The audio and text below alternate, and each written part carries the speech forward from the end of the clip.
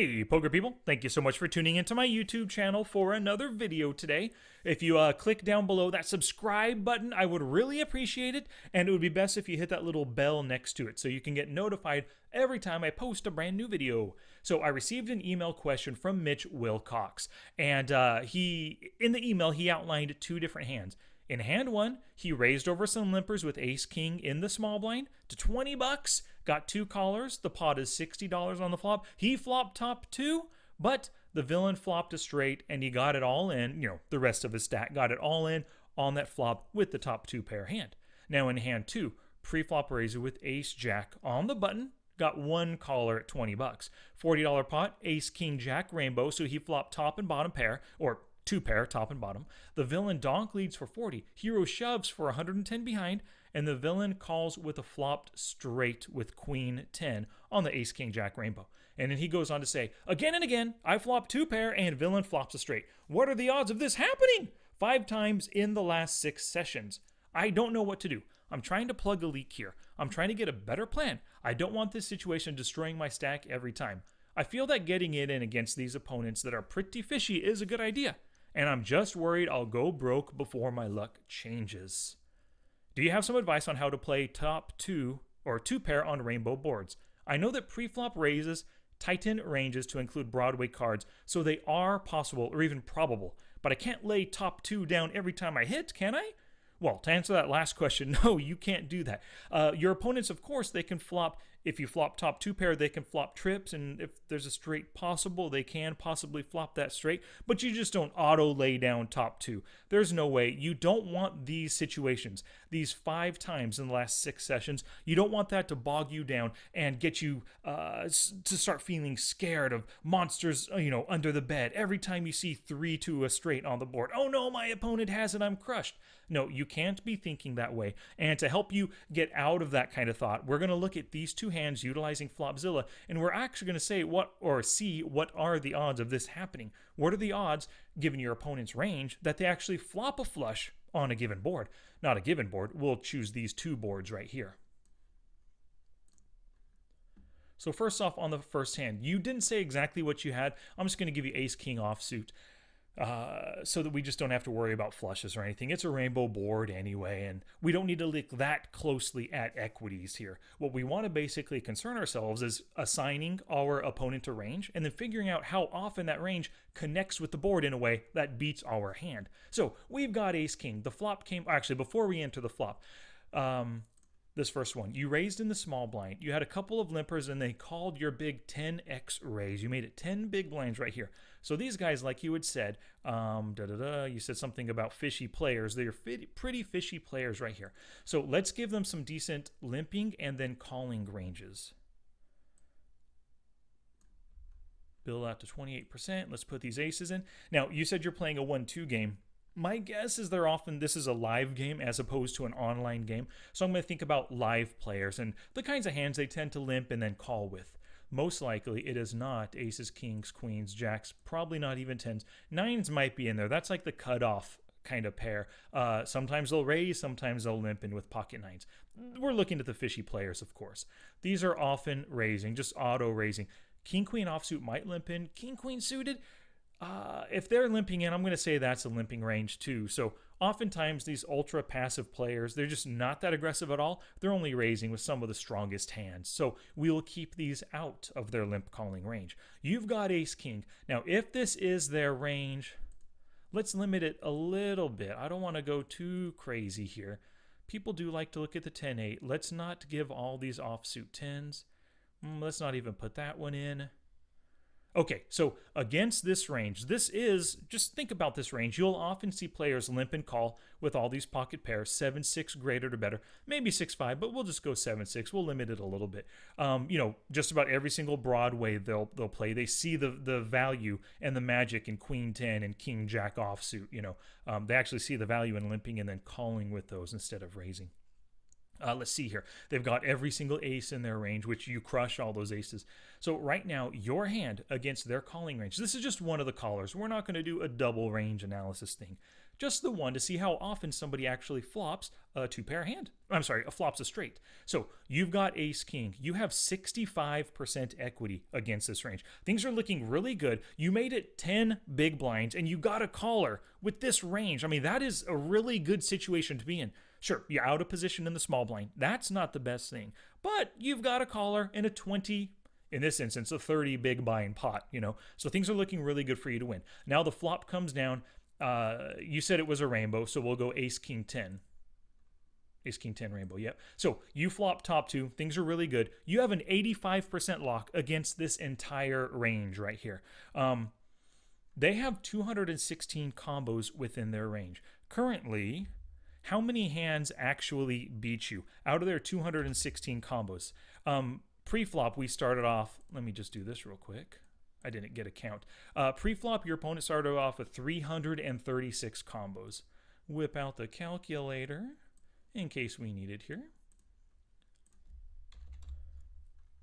Alrighty, so we gave you ace king. Flop king down, ace king 10.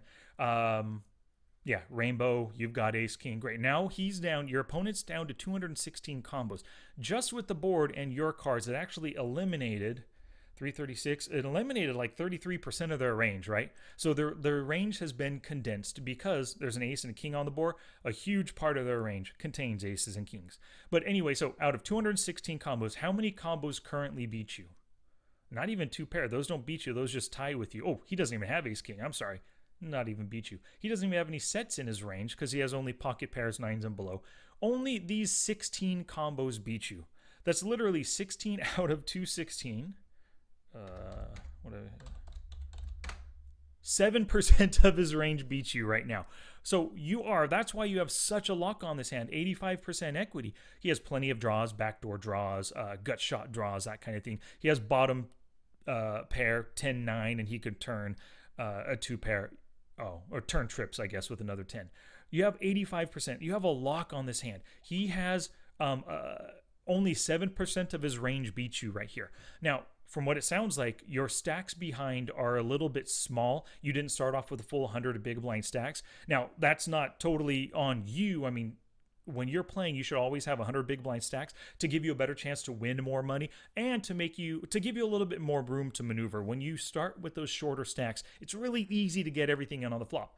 But you had said these players are fishy, and looking at this entire range, you should be happy getting it on the flop. He's probably getting it in with Jack 9 right here with a gut shot. He's probably getting it in with a pair, bottom pair plus a gut shot, Jack 10 kind of a hand. So things are looking really good. I do not fault you at all for raising and then calling his all-in shove right here, because he's not only doing it with the sets. Let's see what else he's probably doing it with. Two pair, totally, those are shoving. Top pair, yeah, all those random aces, he could be doing it. Most likely just calling, but not 100%, right? So let's give him some top pair hands here. Let's not give him all top pairs. But let's give him, actually, we can just give him ace-jack, the strongest top pair hand. That's a top pair plus a gut shot. Could be raising with those. Great, so he's got the ace-jack. Middle pairs, the king-queen, the king-jack, well, those are the gut shots, so we'll include those in there. Now, against this range, these are probably the cards that he could be shoving this way, which has some equity, also some drawing power and stuff.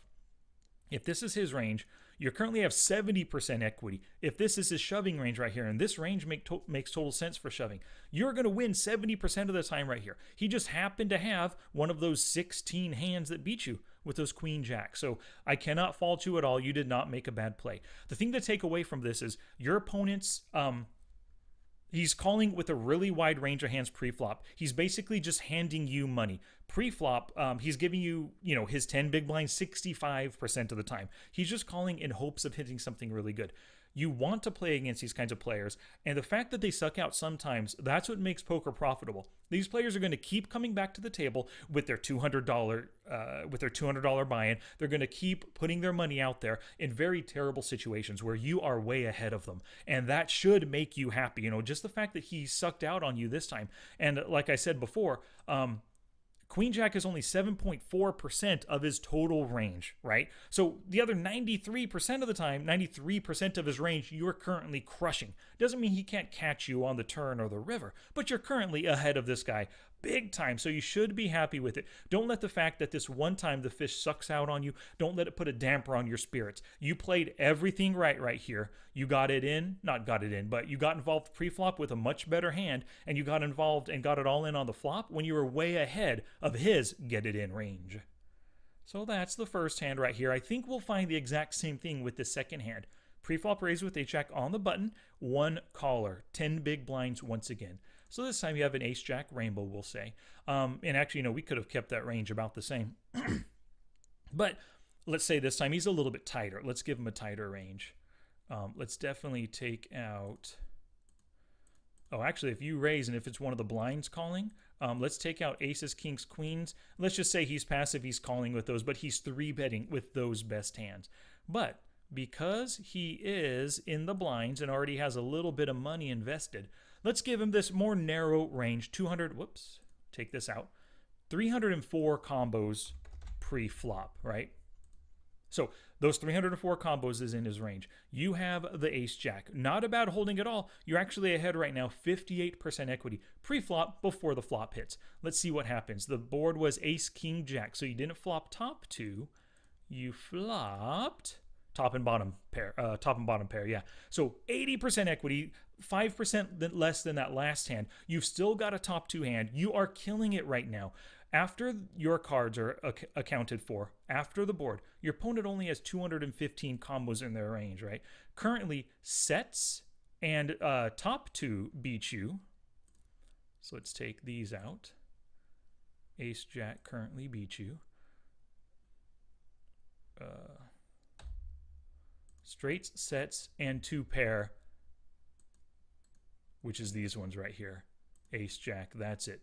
So literally 21 combos out of his 215. So only 10% of his range is currently beating you. Now, what's going on here? The villain donks 40. You only had $70 behind, right? Of course, the villain's going to call with a pretty wide range here. Seeing as how there wasn't that much behind, he's already committed 40. After he commits, there's 80 in the pot. Your call makes it 120. There's only an additional $70 behind that he has to call in order to win such a huge pot. He's making this call with a big range right here. So let's take that off. Let's actually, whoops, add these hands back to it. So he's definitely calling you, betting and then calling with straights, sets, and 2 pair. Is he betting and then calling with top pair? I think quite a few of these he may just be doing that. Whoops. Select this first so that we can see the filters on.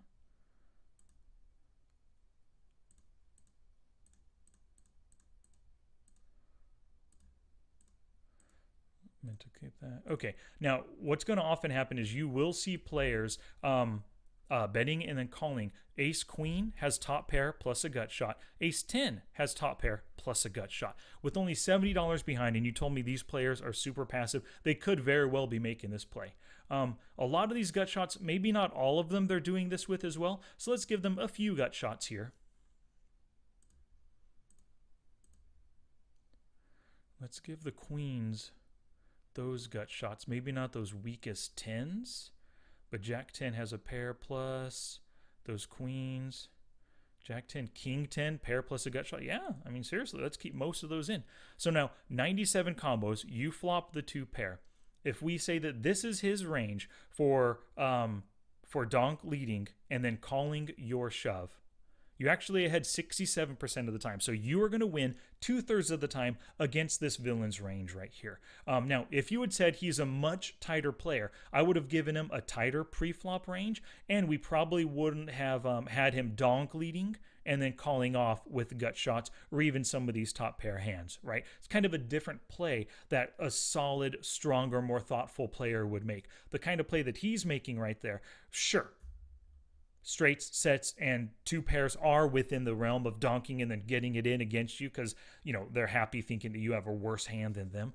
But they're also, the weaker players are also doing it with those weaker 2 pair and the gut shots, maybe even some middle pair kind of stuff too, which actually King, Queen, King 10, that's included with the gut shots right there. So overall, Mitch, the message of this video, my message to you is that don't fret in these kinds of instances, right? You got it in with the best hand. Actually, you got involved pre-flop with the superior hand. You flopped 2 pair and you got it in against a range that you're ahead of that range. So don't let this kind of thing dissuade you from playing Broadway cards, ace jack and ace king and stuff like that again. And don't let these situations convince you that every time your opponent shoves on the flop that they have you beat. Your 2 pairs always beat and they have a straight. Don't think that at all. What I want you to do is go home, take these hands home with the notes, go to Flopzilla and just take a look at their ranges, assign them a pre-flop range, and then figure out what are they doing this with on the flop. If you actually determine that on the flop, he's only doing this.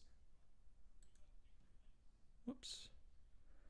He's only doing this with these hands right here, then yeah, you can fold ace jack for sure, right? But you said he's a fishy player, and these fishy players, they like to get it in, and they like to be risky with gut shots and weaker 2 pair hands and pair plus gutter kind of stuff right there. So yeah, overall, Mitch, keep doing what you're doing. Don't let this kind of stuff dissuade you. Sure, it happens a lot, and that's one of the things that we call just variance, right? The fish suck out on you occasionally, and like I said at the beginning of the video, that's what makes poker profitable. These guys are going to keep playing with these super wide ranges because occasionally they hit like this and take your full stack. But you can imagine most of the time before this flop, your hand is a big favorite 58% of the time. If you have that ace king like in that prior hand, 62% of the time you're winning. So keep playing with superior hands versus your opponents. Keep making these big pre-flop raises that you're doing, especially if they are calling with these wide kind of ranges. And then eventually the math will work in your favor because the fish, they can't fight the math over the long run. Like I said, 62% or 51, 55%, whatever that last percentage was with the ace jack. Oh, 58%. Yeah. If you could play this hand 1,000,000 times against this range, you're going to be making, you're never going to have to work again, right? If you play this. If you play this hand against this range 1,000,000 times, you're never going to have to work again a day in your life because you're going to be making so much money hand over fist in the long run against these fishes. In the short term, variance plays a part. They can suck out on you, but you just have to learn to deal with it and try to play with a big enough bankroll, right? It looks like in these instances right here, it looks like you didn't have a full 100 big blind stack. Maybe it was your opponents also that don't have the full stacks, but really, if you want to make the most of your poker experience, you want to have that full 100 big blind stack behind you at all times. Alrighty, thank you very much, Mitch, for that question. Thank you, everybody, for watching this video. And if you have any questions, just like Mitch did, send them on in, sky@smartpokerstudy.com. And don't forget, hit that subscribe and ding that bell down below. Thank you very much, and peace out.